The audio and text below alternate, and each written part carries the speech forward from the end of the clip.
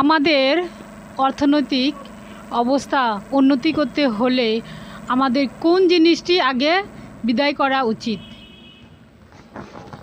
আমাদের অর্থনৈতিক উন্নত করতে হলে প্রথমে আমাদের মানুষ ভালো হতে হবে।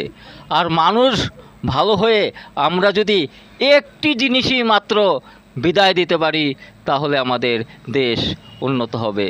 সেটা হচ্ছে এই তালা চাবির সিস্টেমটাই যদি আমরা বিদায় দিতে পারি, এই তালা চাবির কোনো দরকারই পড়বে না যদি চুরি ডাকাতি যদি না থাকে।